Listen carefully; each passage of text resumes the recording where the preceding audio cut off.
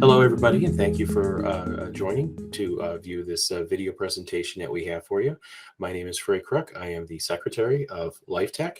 LifeTech is an organization that is dedicated to an open and honest discussion, certainly from a science, fact-based point of view on pro-life issues, from conception to end-of-life issues, talking about pregnancy, of course, abortion, talking about euthanasia, and anything else that affects people's quality of life and the dignity of those lives. And in this presentation, I am delighted to have with me today someone who I actually have a little bit of a surprise for. This is Stephen Sammut of the Franciscan University of Steubenville. If you were lucky and went to our site at lifetech.org, you saw his fantastic presentation that he had last year. And in the voting that we had afterwards, we decided that his presentation was the best one of the year. So we wanted to tell you absolutely nothing about this, so we would get his reaction. But it really was something that there was a lot of great comments about. You delivered an amazing amount of material in a small amount of time about the work that you're doing, and it was an outstanding contribution to the material that we had to present. So congratulations to you, and we'll be shipping this to you. So really, really good work. And now, of course, there's a high bar for you. So we expect amazing things this time. But before we get started on your presentation, why don't you go ahead and introduce yourself? Thank you so much. I am very humbled. Thank you. My name is Stephen Sammut. I am professor of psychology, but my background is actually neuroscience. I'm a behavioral neuroscientist. My undergraduate degree was in pharmacy, and my interest is psychopathology, and that's what I investigate in what I call animal models.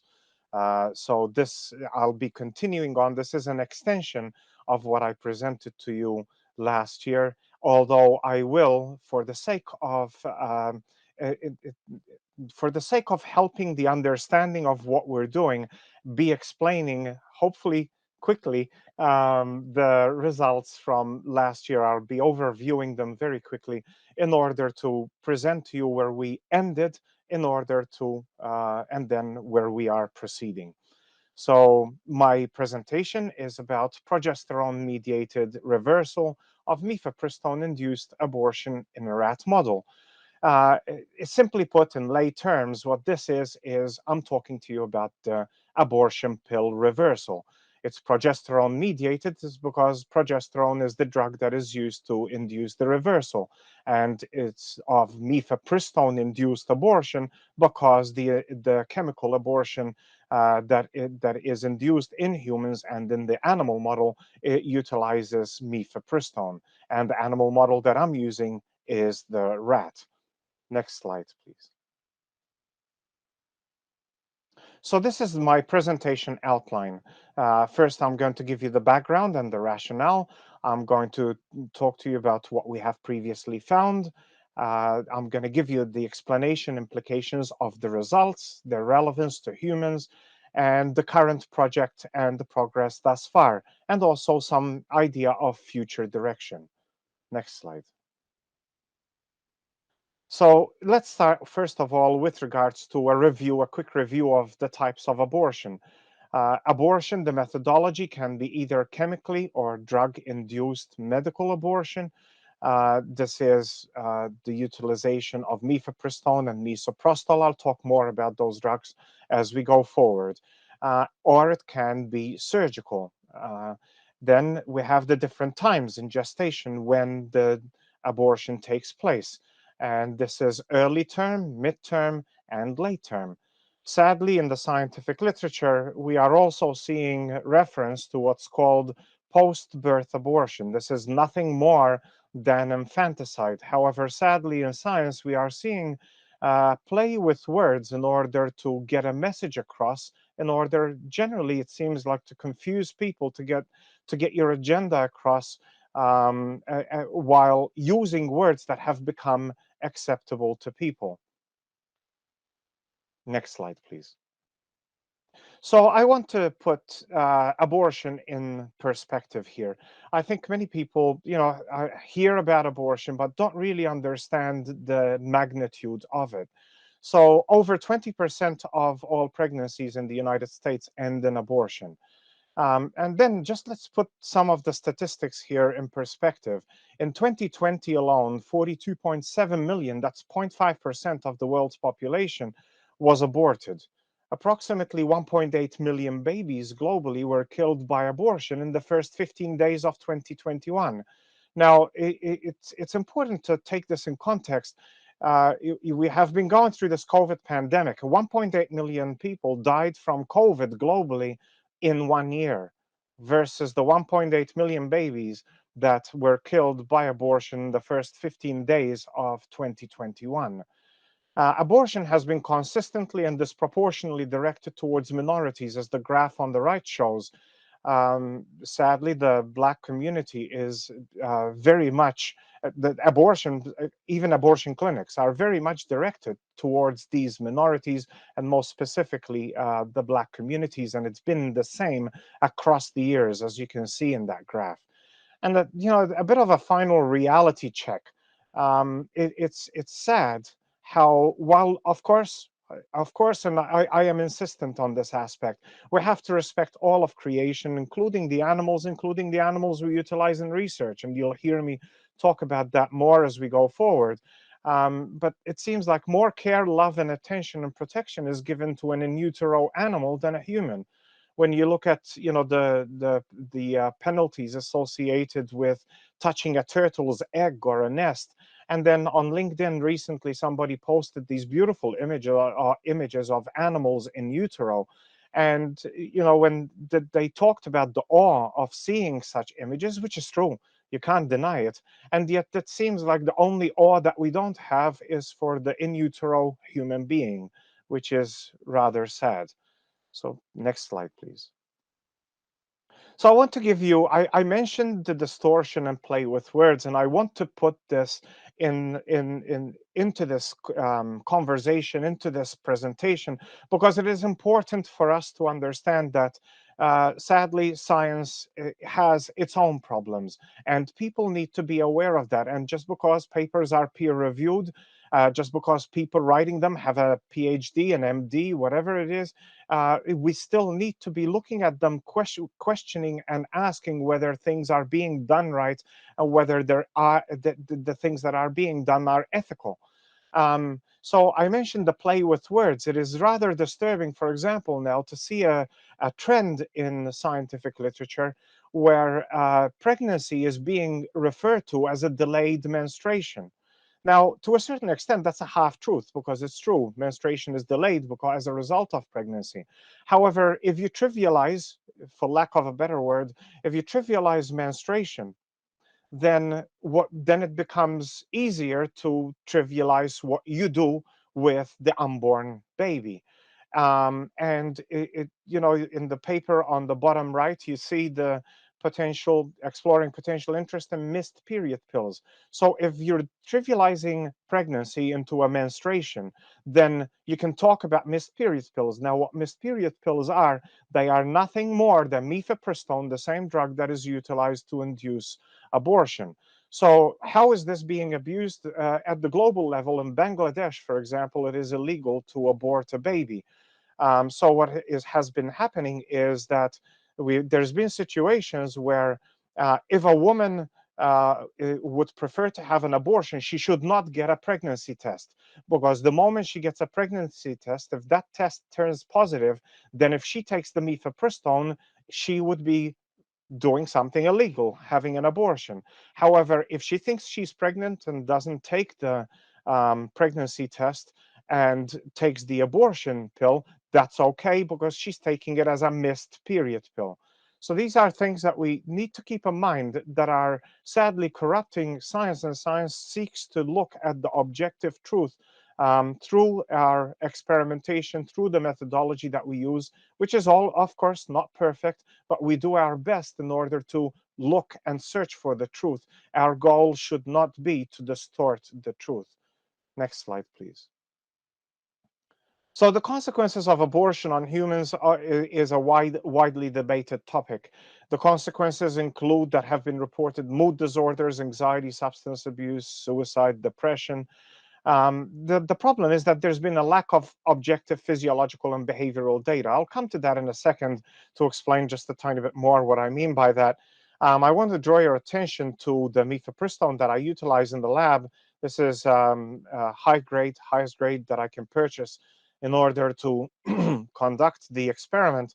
Um, Notice how the first warning on it is that it may damage fertility or the unborn child.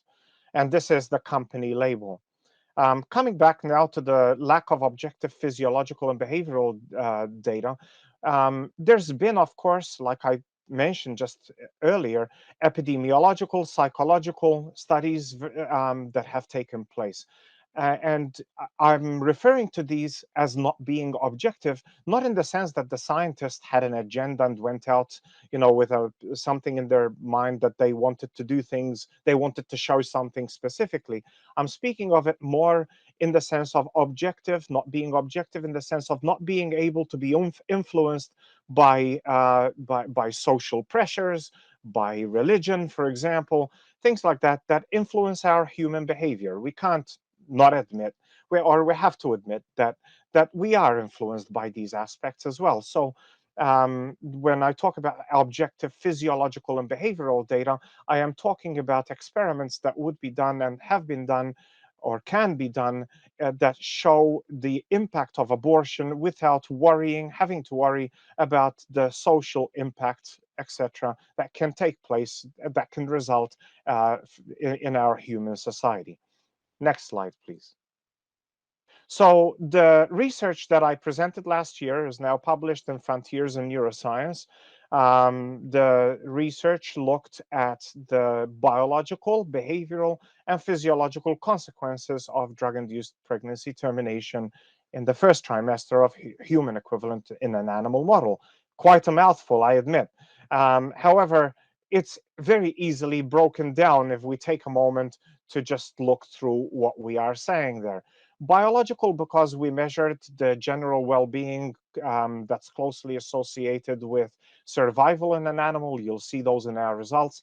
Behavioral, because we measured behavior. Physiological, because we measured some biochemical measurements that are, reflective more of what's going on at the organ level. And we're looking at drug-induced pregnancy termination. We're using mifepristone, so it's drug-induced. First trimester human equivalent. This is important to highlight because animal pregnancy and human pregnancy are not equivalent. So in order to make our study applicable to human understanding, we need to explain when it's equivalent. This also has to do with the validity aspect of the study. And of course, we are using an animal model. Next slide, please. So the rationale of our study, that study that I've just described to you and the results I'm going to show you, and then where we continue to go. Our rationale is based on the basis of the fact that pregnancy is a normal physiological process. It involves significant hormonal changes. It involves significant alterations to the body, including through the HPA axis. And the HPA axis is a fundamental organ, if you want to call it that brings together the brain, the periphery, the immune system. Everything comes together there. We are looking at termination of pregnancy through chemical or surgical means. So in our case, we are not focusing on the surgical aspect. So the idea is, if we terminate the pregnancy, this natural pregnancy, this physiological process called pregnancy, if we terminate it unnecessarily, then there's bound to be, logically, some physical or behavioral or behavioral changes that would be observed in the animal, be it a rat, doesn't matter what it is, or a human. Next slide, please. So I'm going to talk a bit about preclinical studies and animal models. Next slide. Why do we need preclinical studies? This is something that is becoming more and more important for us to pay attention to. During the Second World War, the Nazis conducted experiments on humans, on the Jews that they had in the concentration camps. And out of the Nuremberg trials that took place, then came the Nuremberg Code that talked about the ethical use of humans in experiments.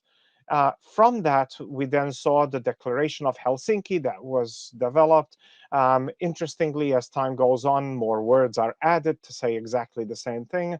The Helsinki Declaration talks about how adequate laboratory and as appropriate animal experimentation is to take place, and they have technically priority over testing things blindly on humans. The object of research designed to evaluate its safety and efficacy, and that's what our goal is as scientists investigating at the preclinical level. We can't go doing experiments on humans that are not ethical. Next slide, please. So continuing on, why preclinical studies here in the United States, aside from the Nuremberg Code, which is international, aside from the Helsinki Declaration, which is international, we also have the CFR, the Code of Federal Regulations, Title 45, Subpart 46, which talks about the participation of pregnant women or fetuses in experiments. So I wanted to draw your attention specifically to the subsection here that talks about pregnant women or fetuses may be involved in research if all of the following conditions are met. So it's A to J. And notice how it says where scientifically appropriate preclinical studies, including studies on pregnant animals, and clinical studies, including studies on non-pregnant women, have been conducted and provide data for assessing potential risks to pregnant women and fetuses. So the utilization of preclinical studies, including animal studies, is obviously the logical way to go, in the appropriate and ethical way, as well as I would say the moral way to go when it comes to investigation of surgical techniques, drugs, etc. If you think that ethics violations are a thing of the past, I would ask you to please think again. I'm quoting to you here, unrelated technically to abortion, although one is from two recent papers. One is a New England Journal of Medicine editorial commentary where the editor talks about this situation underscores, and she was talking about the experimentation or the testing of the COVID vaccines. The situation underscores the urgent need not only to include pregnant women in clinical trials, and it goes on. However, that in itself is a violation. That is a suggestion towards a violation of these ethical standards that I'm just talking about. You cannot go and do tests pertaining to the vaccine, pertaining to anything, on a pregnant woman if you have not first conducted the preclinical trials. Another study pertaining to COVID-19 was a study that came out of China looking at utilizing anal swabs in order to test for COVID. What was interesting was the ethical statement on this study, and we objected to the editor, and we requested and demanded that this article be withdrawn because of the lack of ethics. It said in the ethical statement that this study was approved by that hospital review board and the need for informed consent was waived. This is rather disturbing for a procedure that is rather invasive, but even more disturbing considering that one of the subjects in that study was a 3-year-old. And please stand by. There's more to come. I'm only highlighting 2 studies of many that have taken place and continue to take place. Next slide, please. This is another study that it actually is from Pittsburgh with regards to the utilization of aborted fetuses that had their skulls grafted, parts of their skulls grafted onto mice.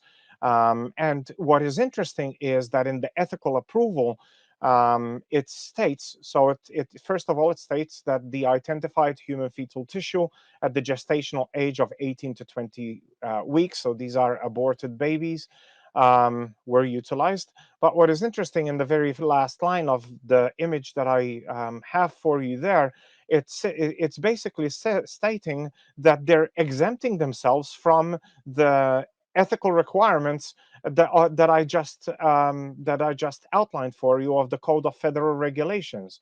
The use of de-identified human fetal tissue did not constitute human subjects research as defined under federal regulations, and they state the numbers there. Technically, that is not true. This study does violate that aspect. But like I said, this is unfortunately a growing problem in the scientific community to which we need to pay attention. Next slide, please. So animal models and what they are and how they help us. Of course, animal models are regulated, as they should be, by policies, and we need to adhere to those, because anybody that abuses animals does not obtain any useful data, aside from being violating ethics. And from a moral perspective, being immoral, the person is also generating junk, because if you stress an animal, you are not going to obtain data that is actually going to be meaningful under any circumstances. Animal models date back centuries. They are, as I mentioned earlier, their advantage is that they're independent of social, moral, and other influences. And it's possible to utilize animal models because of the similarity in physiology and sometimes even behavioral at a very basic level that exists between animals and humans. So they are key to the understanding of human pathophysiology and psychopathology. They're key to the advancement in human medicine. But I should also add there, I don't have it there, but I'm going to say it. I should also say that they're also key to the advancement of animal medicine, because what we learn from animal models also helps us treat animals. And they're also key in drug discovery. They're basically the link between the lab bench research and the patient. And it needs to be understood that irrespective of how well I do my experiment, there is no animal model that is a perfect replication of the clinical model. And this is a limitation, a realistic limitation that we need to keep in mind. Next slide, please. We also need to pay attention to the internal and external validity. The internal validity refers to the fundamental integrity of the experiment, experimental design, reproducibility, randomization, appropriate controls. It basically is, how do I do my experiment? So a lot of the internal validity, to a certain extent, is my responsibility. The integrity and rigor with which I seek to do the experiment. On the other hand, external validity looks at aspects such as, and this is not all inclusive, construct validity that looks at etiological.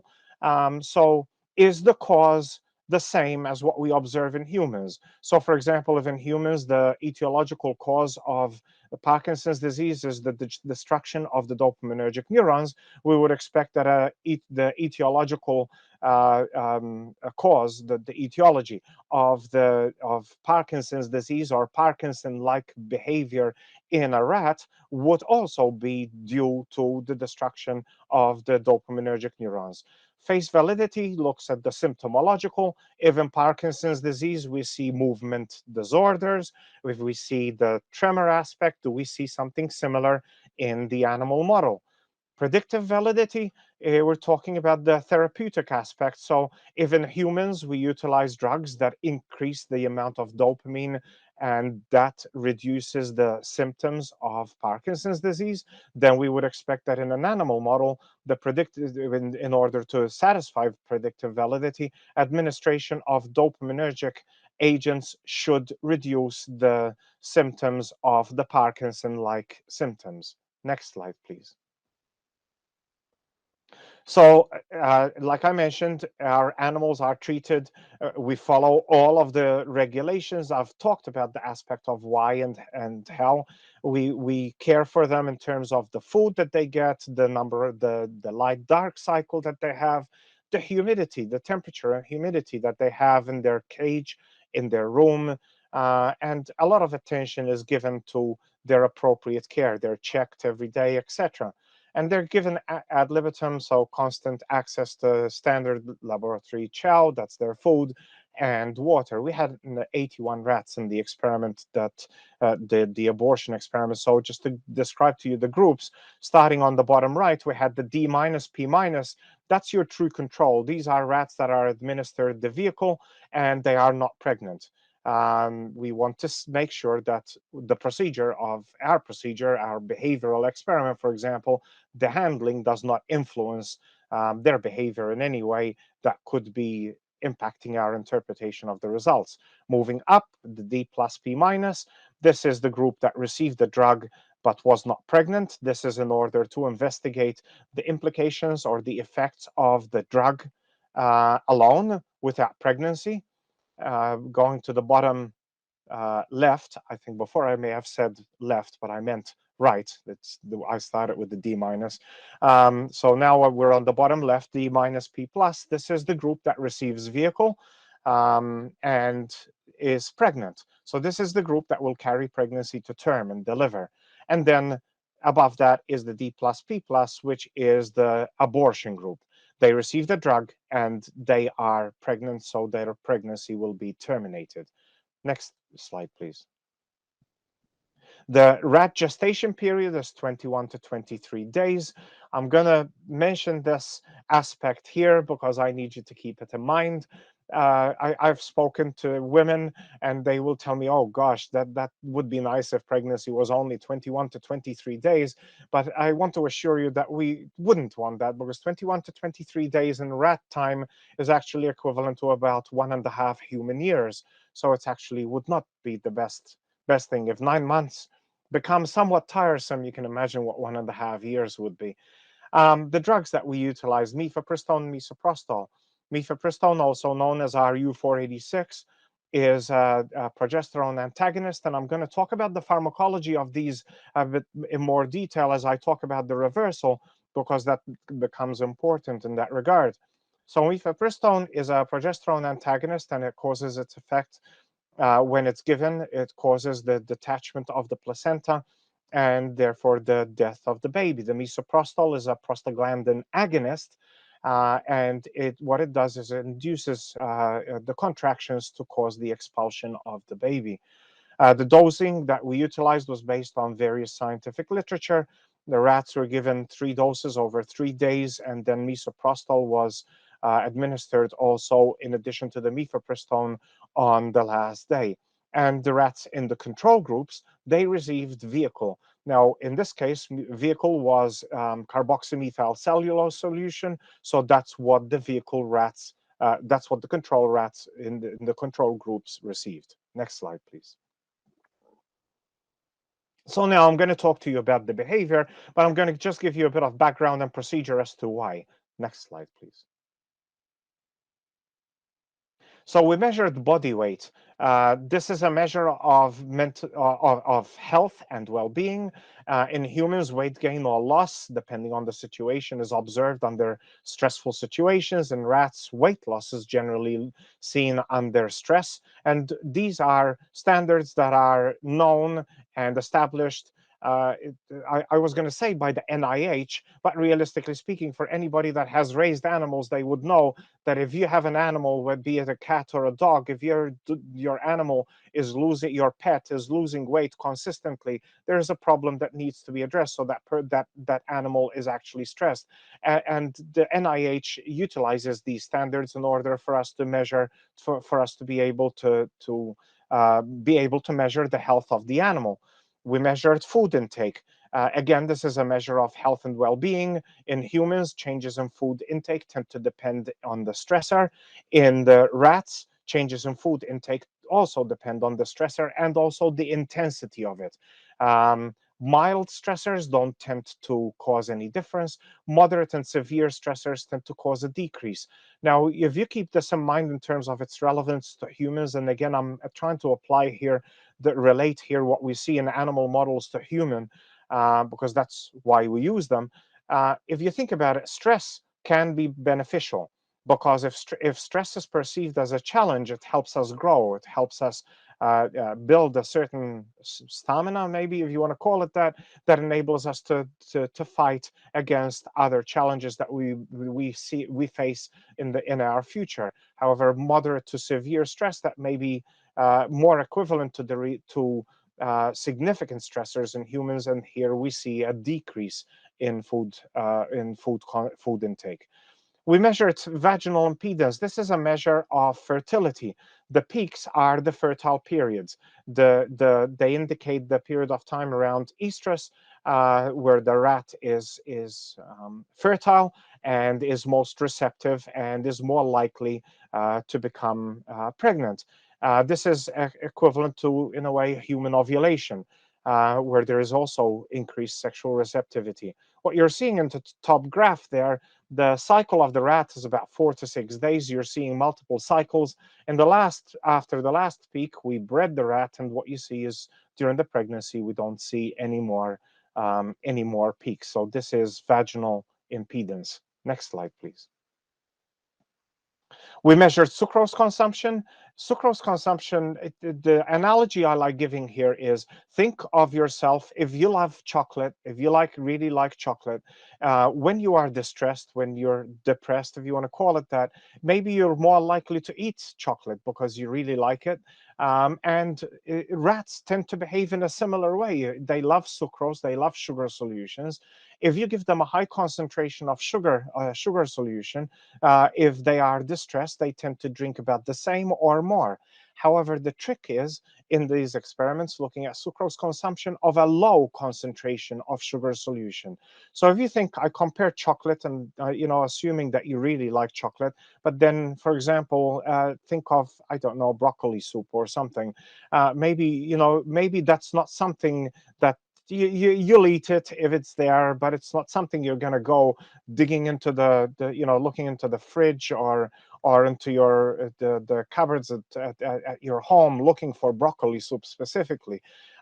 So you like it, you'll eat it if it's there, and you can look at low sucrose concentrations and their consumption in the rats in a similar way. If it's there, they'll drink it, but if they're not feeling well, they're not really going to go for it. And this is how we measure what is called anhedonia in rats. And this is based on the DSM, the Diagnostics and Statistical Manual of Psychiatric Disorders. This is a concept that is required in the diagnosis of depression. Anhedonia is the inability to experience pleasure. That's how we would explain it if we were talking in a more colloquial way. We also measured locomotor behavior. Locomotor activity is an exploratory behavior. Rats love exploring. You put them in a new environment, they're going to be going around sniffing and investigating the environment. Humans also explore environments, especially novel environments. If you're placed in a novel environment, you don't just sit there and wait for the environment to do something. You investigate it, I guess for better or for worse, but you investigate it. And we see similar behaviors in rats. There's variety of effects that have been reported following periods of stress or depression in both rats and humans. And again, this is based on the DSM criteria. On the right, you see the images of the equipment that we utilize. Hanging there, you see 2 black bottles because we actually give them a bottle of water. It's a choice test, a bottle of water and a bottle of low concentration sucrose. And then the black bars that you see coming across the cage, those actually have beams going across that measure the locomotor activity that you see recorded for one cage in the image below there. The lines that you see going through there, those show the movement of the rat, the center of gravity of movement of the rat. The red X's, they actually are, I'm not sure if you can actually see that they're an X clearly, but those indicate periods where the rat actually stands on its hind legs in what we call rearings. Next slide, please. We also measured home cage activity. We observed subjectively that there was a distinction in the behavior of the rats when we walked into the room. This is, I guess, to a certain extent, this is reflective of the kind of care that we actually provide our animals.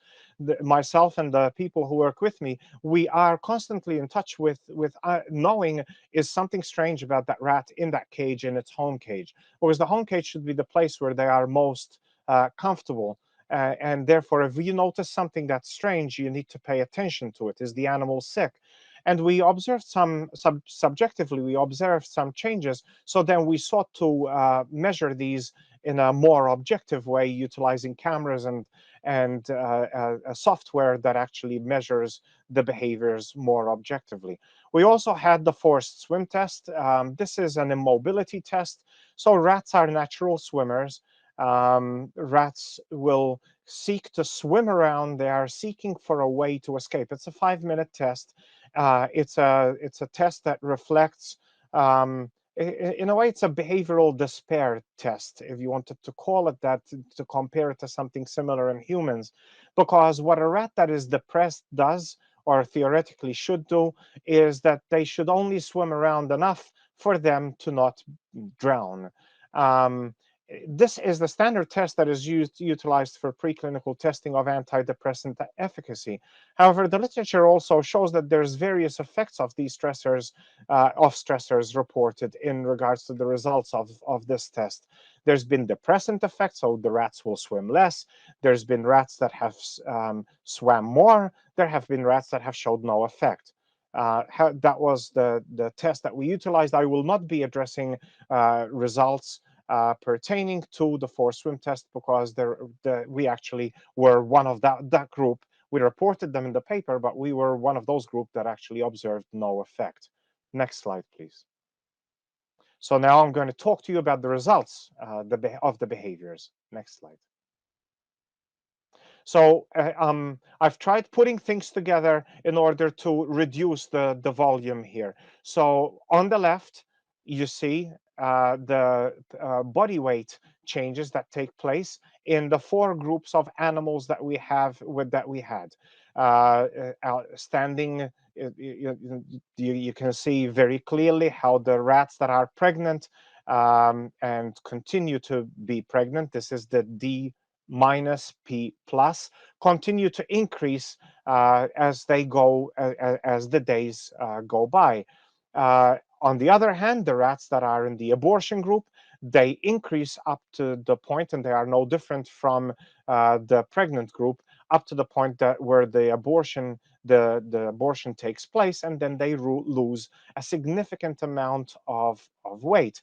Now, the question surely would be, well, is that because of the abortion? And the answer is no, it does not seem to be due to the loss of the actual fetuses, which ultimately become reabsorbed. It seems to be clearly due to the actual abortion procedure.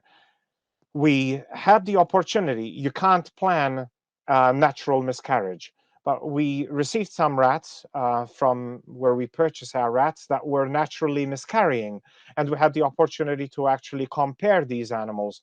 And what you see, so the groups that are on the right include the group that was pregnant and continued to be pregnant. That's the one that continues rising. Then you have the group that is pregnant and has the abortion, and that's the group that shows the significant weight loss.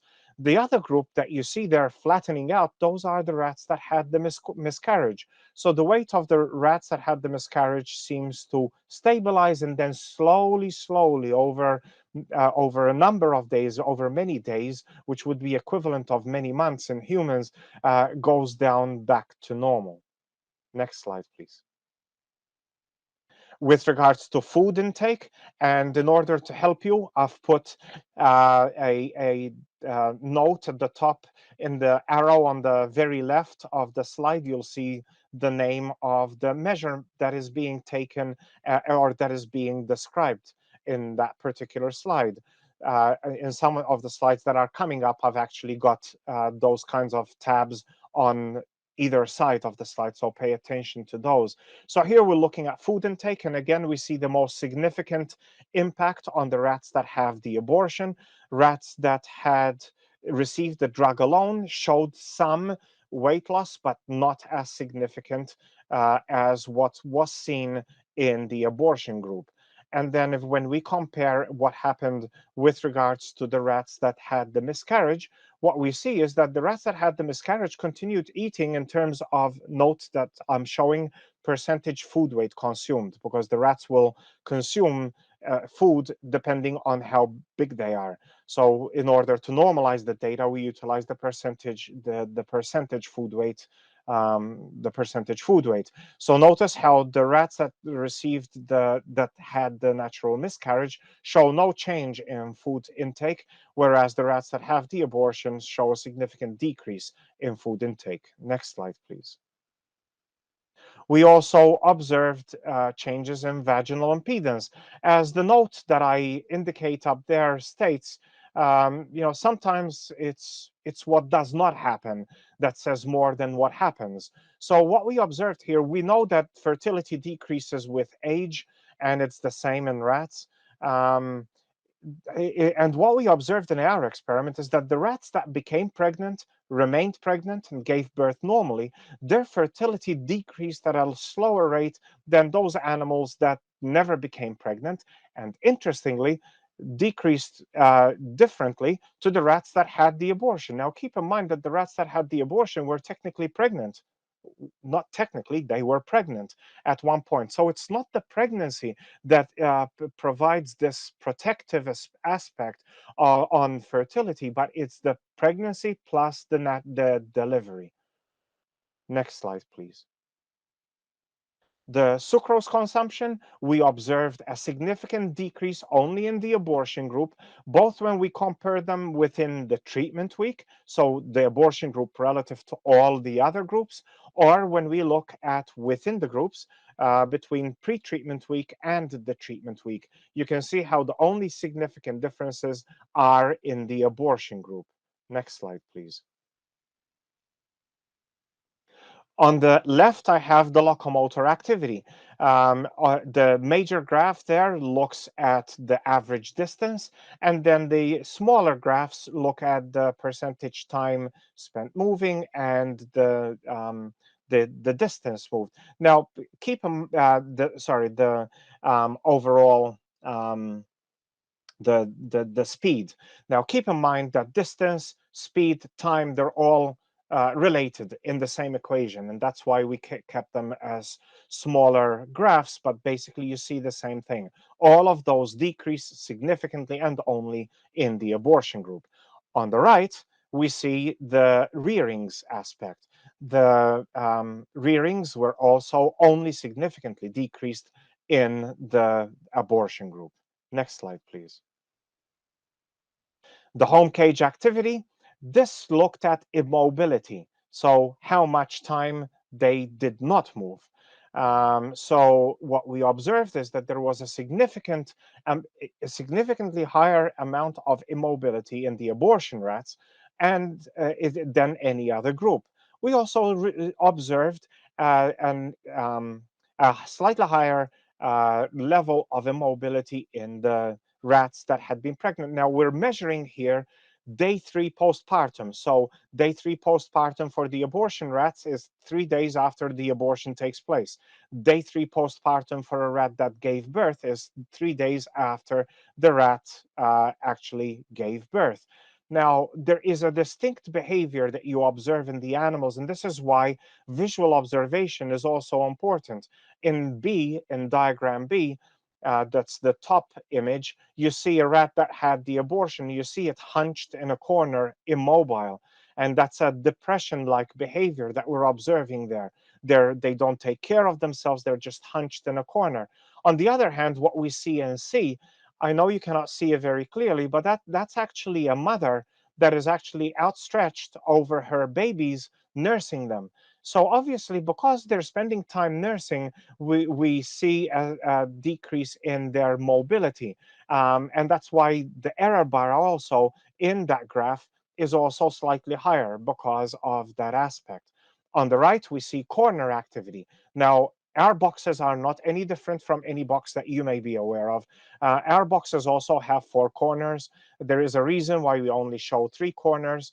The 4th corner is where the drinkometers are, and the rats can't access that corner very well. So they spend very little time there. So, and we declare all of this in the paper that we published. So, including the paper, including the activity of the animal in that corner, significantly skews the analysis of the results. So, we focused on the three corners where the animals spent most of their time. And you can see how the rats that had the abortion spent most of their time in the immobile in the southwest corner. Now, the southwest corner is the far back corner, the furthest from the investigator, from the open area, and it's closest to the wall. And this is, as I'm going to be indicating, potentially a measure of anxiety. Next slide, please. The biochemistry, I'm going to address that in the next couple of slides. Next slide, please. So we measured oxidative stress. Now, oxidative stress is stress at the cellular level. Oxidative balance, it's important to think of balance. When we're talking about physiology, it's very important to think more of oxidative balance or balance, even when it comes to, for example, unrelated to this, when you're talking about cholesterol. There is a good level of having cholesterol. You need cholesterol, cholesterol being the mother of all hormones, as my professors used to call it. It's important to understand that there is a necessity for a balance, because if you have no cholesterol, that's just as bad as having too much cholesterol. And likewise, when it comes to the oxidative balance, having too much oxidants is just as bad as having too little oxidants. Oxidants play a significant role in the functioning of our body. Its oxidative balance is utilized as a biochemical marker of oxidative stress, and it's altered in situations of stress and depression in animals and humans. So how does this play a role in pregnancy? So pregnancy and oxidative stress. In pregnancy, it can be damaging to fertility, actually, and it's been reported in miscarriages and other pathophysiologies. However, an increase in oxidative stress is actually beneficial for successful pregnancy. So again, you see the balance here, for a successful pregnancy to occur and actually be maintained. And the reason that for this, and this may actually also relate to what we observe with regards to the impedance. I'm not going to go into any detail in that regard, but I'd like you to thinking in terms of thinking outside the box to keep that aspect in mind also. This is due to the cellular adaptations that take place in blood that offer protection from oxidative damage. Now, with regards to animal models of depression, an increase in oxidative stress has been observed in the blood and the brain, and a decrease in antioxidants. Antidepressants seem to correct the imbalance that's observed in depression. In our study, we measured oxidative balance in the brain, liver, and the serum. Next slide, please. So I'm going to describe to you the results for the biochemistry. Next slide. So the major observations that we observe, summarized here, were this. The main changes were observed in the serum, not the liver, not the brain. We observed changes due to drug alone, observed changes due to pregnancy to full term. The abortion group, however, was different to both of these groups. And this is significant to keep in mind, because the pregnancy group received the drug and also was pregnant. And I just described to you how the drug alone group and the pregnancy group that took pregnancy to full term group were actually different from the abortion group. So then bringing all of these analyses together, all the results and conditions, abortion was a significant predictor of the negative behaviors observed. Next slide, please. So what are the implications? Next slide. Our findings in the rat indicate that medical abortion at a time point that is equivalent to the first trimester in humans caused a significant changes in body weight and food intake, which reflected a reduction in overall well-being. We saw a significant reduction in sucrose consumption between weeks and within the weeks within the same groups, within the abortion group. And this was reflective of the anhedonic aspect, the inability to experience pleasure, which is a reflection of depression-like behavior. Then that's the 2 points that I have there. And then we also observed the significant changes in various aspects of measured behavior, such as distance moved, percentage time active, overall speed, rearings, and home cage activity. And again, these were reflective, were restricted to the abortion group and reflective of depression-like behavior. Next slide, please. Continuing on, the corner activity indicated potential anxiety-like behavior. The vaginal impedance that we measured as a measure of fertility showed a reduction in fertility, meaning an absence of the protective effects that pregnancy to full term seem to provide. We observed differences in oxidative balance, and with the abortion group being distinct from the drug group and the pregnant group. And we also saw a distinction in the measures that we were able to measure with regards to between the abortion group and the miscarriage group. Next slide, please. So how does all of this apply to humans? Our observations based on previous literature, these conclusions are made based on previous literature, indicate a moderate to severe stress related to the abortion, and abortion-related effects were present for several days beyond determination. Only during this is compared in contrast, I should say, to only during the application of the stressor, as is observed in other experiments that have been conducted and reported in the literature. Now, as I indicated towards the beginning of the presentation, you would need to keep in mind that these effects are not short-term. Rat time is not human time. The effects that we observed in the rats that extended over approximately 7 days, that's equivalent to about 244 human days. And with regards to the biochemical observations that were observed up to 70 days from the treatment, from when the abortion took place, this is equivalent to approximately 6.5 human years. Next slide, please. So what do we do with this information?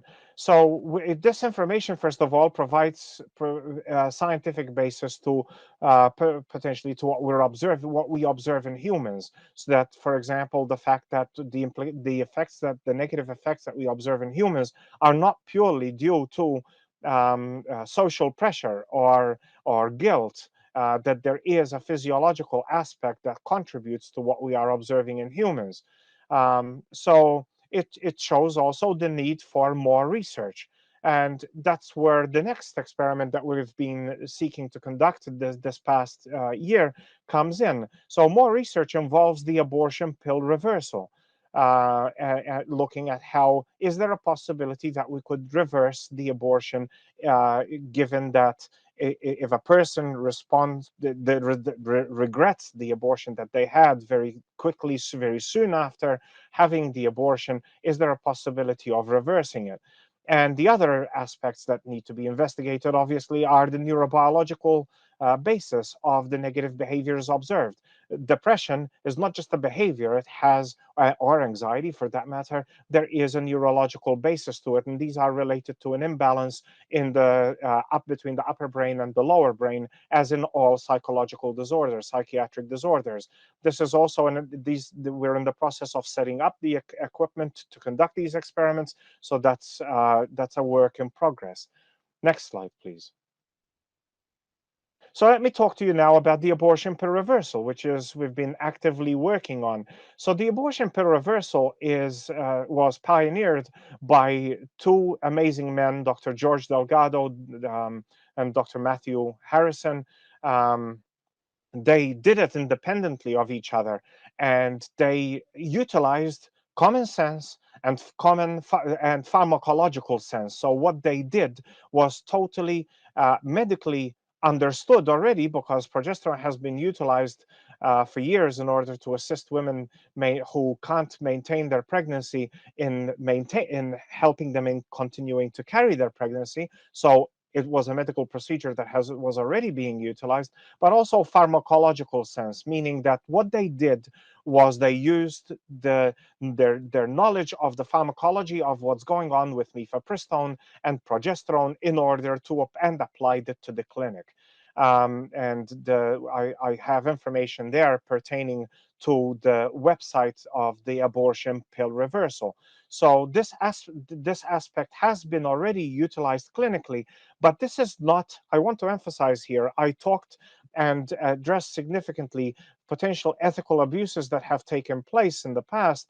This is not an abuse. These doctors were not experimenting on humans. They were utilizing established methodology with regards to the treatment of issues in pregnancy and applying it appropriately in the case of abortion. Next slide, please. These are a number of papers that were published by Dr. Delgado and Dr. Harrison also over the years addressing the abortion pill reversal at the clinical level. Feel free to access these papers and look further into what they report. Next slide, please. However, despite the pharmacological sense and clinical basis of the treatment that they were applying, there has been an active effort in the scientific community and otherwise in order to basically really it's to degrade the work that they have done, and people go long ways in order to do that. Here, talking about lack of ethics, here is what would be considered an unethical study. The study by Cranen that was approved by an ethics board, because ethics boards are only as ethical as the people that make them up. It utilized 40 women. 20 women were allowed to they were all being given the abortion pill. Basically, I'm summarizing it here. They were all being given the abortion pill. 20 of those women were given were allowed to received placebo in addition to the abortion pill. 20 women received placebo, received the abortion pill plus progesterone. This study was terminated. Interestingly, the study was terminated because of excessive hemorrhaging that was observed. What is not reported, and what the authors obviously are not going to report, is the fact that the hemorrhaging took place in the women that did not receive the progesterone. So what this study basically showed, and obviously did not admit, is that actually the administration of progesterone does work in the reversal of the abortion. Like I said, this study was terminated. Next slide, please. So this slide is rather busy and somewhat complicated, but I wanted to highlight some aspects of it here. So RU486, that's mifepristone, is a progesterone antagonist. That's PR, so it blocks the progesterone receptor. By blocking the progesterone receptor, it blocks the effects of progesterone. It also leads to an increase in prostaglandin sensitivity, and that's what ultimately leads to the detachment of the amniotic sac and terminates the pregnancy. And there's the reason why this diagram is as complicated as it is. Well, obviously due to the nature of the pharmacology and the chemistry and everything that goes in it, but also we need this diagram in order to guide us as we seek to understand the abortion pill reversal, because it is more than just the blocking of the progesterone receptor.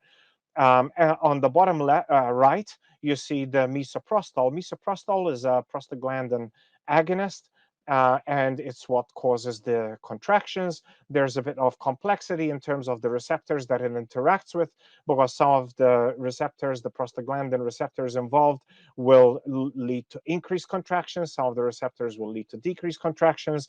However, the end result of misoprostol is the contractions and expulsion of the uterine contents, in this regard being the baby. So our initial target here is looking at the progesterone reversal of the RU486. So we are addressing that first aspect of the top diagram, where the RU486 is interacting with the progesterone receptor.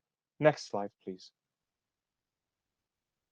So in terms of previous research at the preclinical level, there's really nothing that has been done in regards to that similar to what we are currently doing.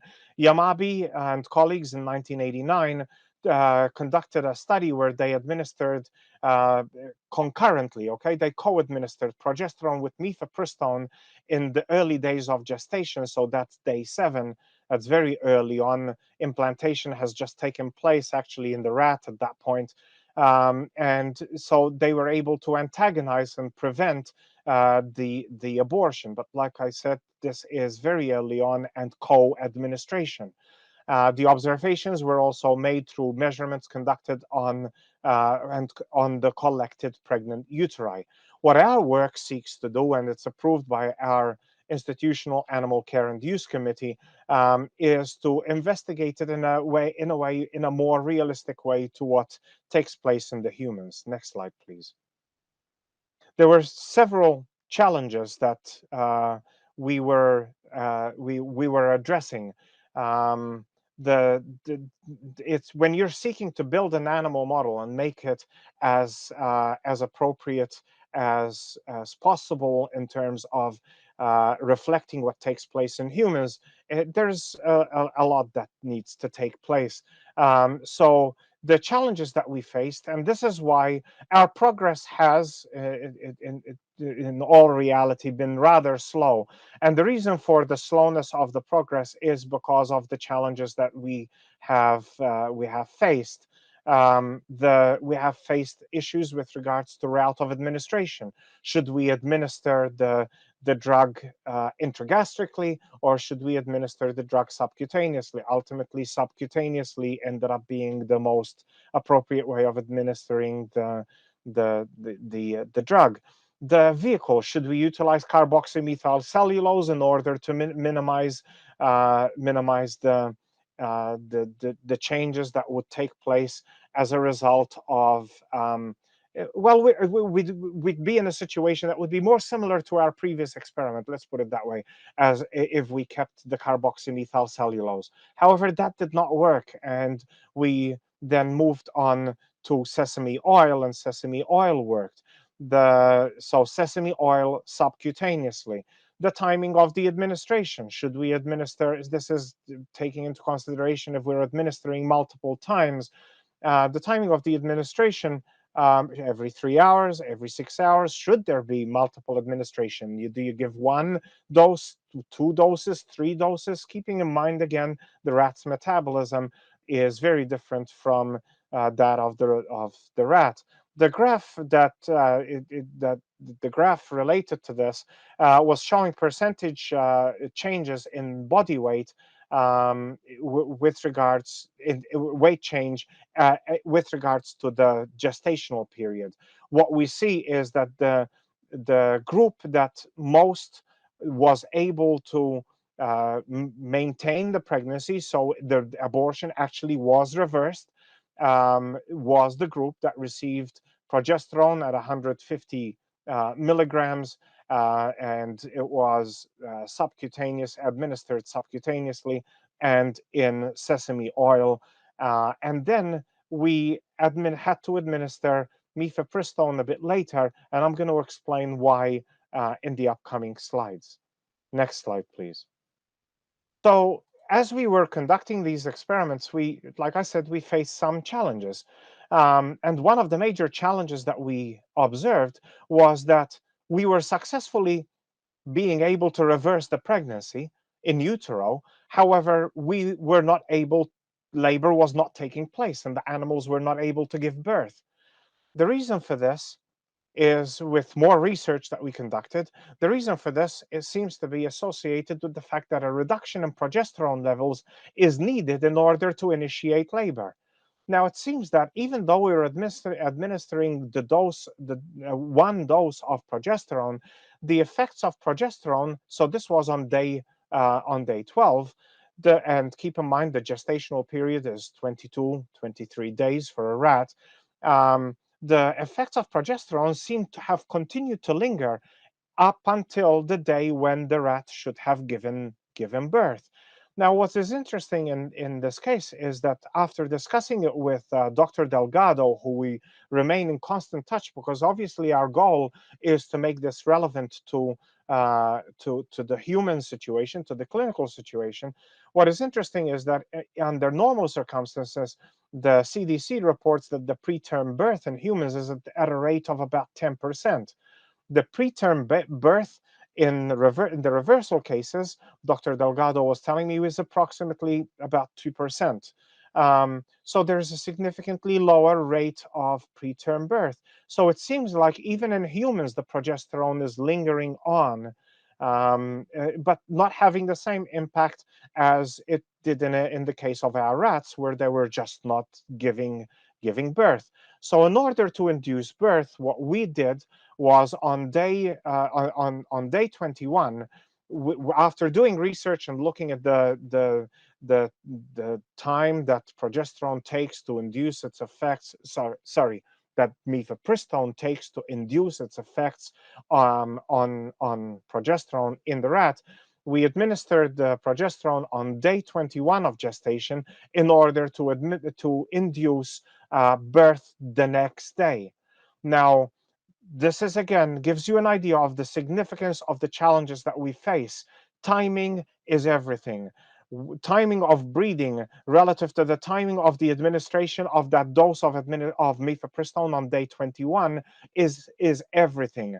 If the timing is not perfect, and it's very difficult to get perfect, but we try and get as perfect as we can. If the timing is not perfect, the rat will either not give birth, or will give birth. The most common situation that we've observed, will give birth and the babies are born alive, but the babies are they don't survive. um, so for labor to take place properly and the pups to survive, that's one aspect that is important. But then progesterone also has, in the diagram that I had, where I was showing you the pharmacology, there was an impact of progesterone on prolactin. Prolactin is associated with nursing. So we had situations where the rat successfully gave birth, the baby was alive, but the prolactin hadn't kicked in. The mother wasn't able to nurse the baby, and unfortunately, the baby died a few days later. So all of these factors have been we've needed to keep on taking these factors into consideration in order to perfect this model in such a way that we have the best model possible that reflects the reversal. However, in summary, I can confidently say that administration of progesterone in the animal model did lead to the reversal of the abortion and the survival of the babies in utero, and also, as we continue to develop the model, the successful delivery and survival of the babies beyond birth. Next slide, please. So here we have the data that we collected, looking at the various groups that we tested, the various doses, the various methods of administration, the various timings, and you can see how in our in APR stands for abortion pill reversal. In our case here, we're getting 92% total survival. Partial survival, I define the terms in that box above the graph. Partial survival, it refers to lower number than observed originally. So they gave birth to others, but less survived. No survival is live birth, but no survival of the number that was observed originally. And apparent full survival is what was born, we continue to observe. They fully survived into adulthood.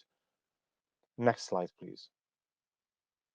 So where do we go from here? We need to, as you can see, these challenges are big challenges because the animal, the rat that we are, that the animal model, the rat that we're using, the metabolism, the metabolic rate, the mechanisms within the rat are different than they are in the clinical, in the human.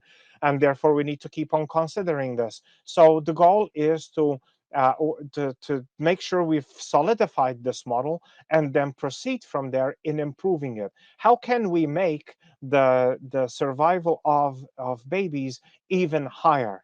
How can we improve the current methodology that is utilized in the clinic in order to improve the chances of the abortion being reversed?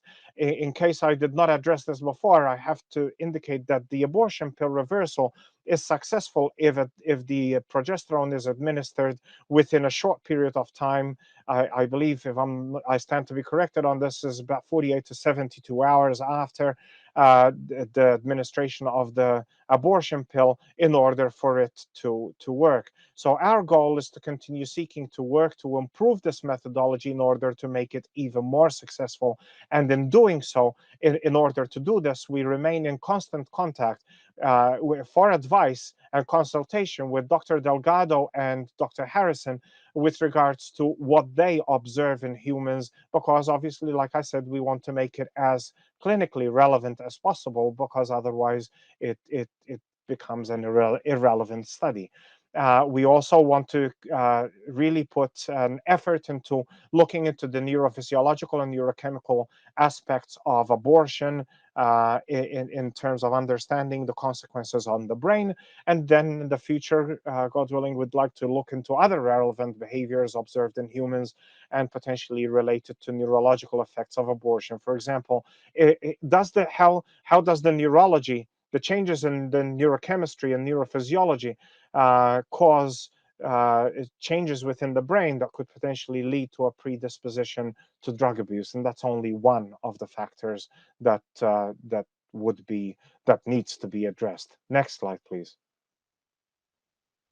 So at the end here, I want to acknowledge the Steno Institute for their support in terms of grants that they have provided in order to support this research. The Watson Bowles Research Institute, TSE Systems that donated the behavioral equipment that's approximately $120,000, and also the many private donors that have supported this research and donated over $100,000 to continue supporting this research. And also, I should add, the supporting the salary, the full salary, including benefits of the research assistant who assists me with this work, Christina, who I would like to also thank, as well as other students that have come and gone through the lab and assisted in the lab with these experiments, and also our department. The next couple of slides are just citations, and then the very last slide, we can actually proceed to that slide, is actually the contact information and the link to the lab. We can go to the next slide and then proceed to the slide after it. I think there may be another reference slide, and the slide after that, please.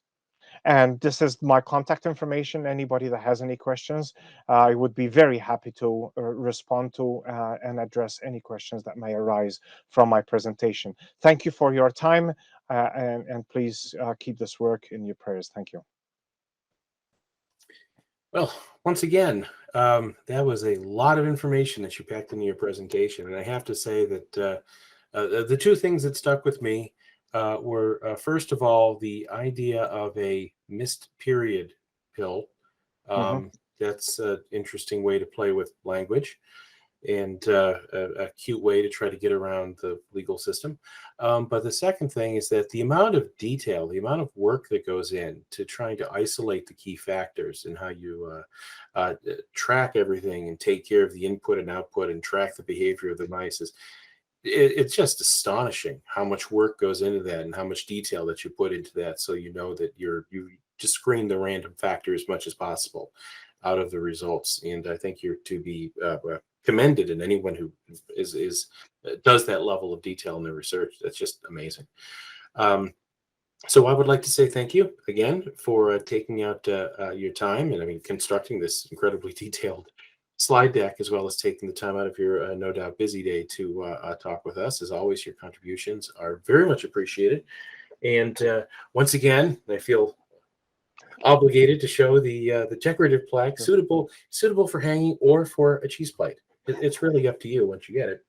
That for your presentation that you did last year, and as you yourself said, your previous presentation from last year is available on our website at lifetechconference.org, and the two do work together. So by all means, check out the website, and you can see the other videos you have, the other videos from this year, as well as your earlier video that you put together, which is, again, goes over some of the same ground, but it kind of connects the methodologies together. So I would like to thank you for your time. I would like to thank the viewers for taking the time to see this entire video. I hope that you got a lot out of it. Certainly stay tuned to the channel. We have additional content that will be coming up today and more in the future. And we look forward to seeing you then. So thank you, everyone. Thank you.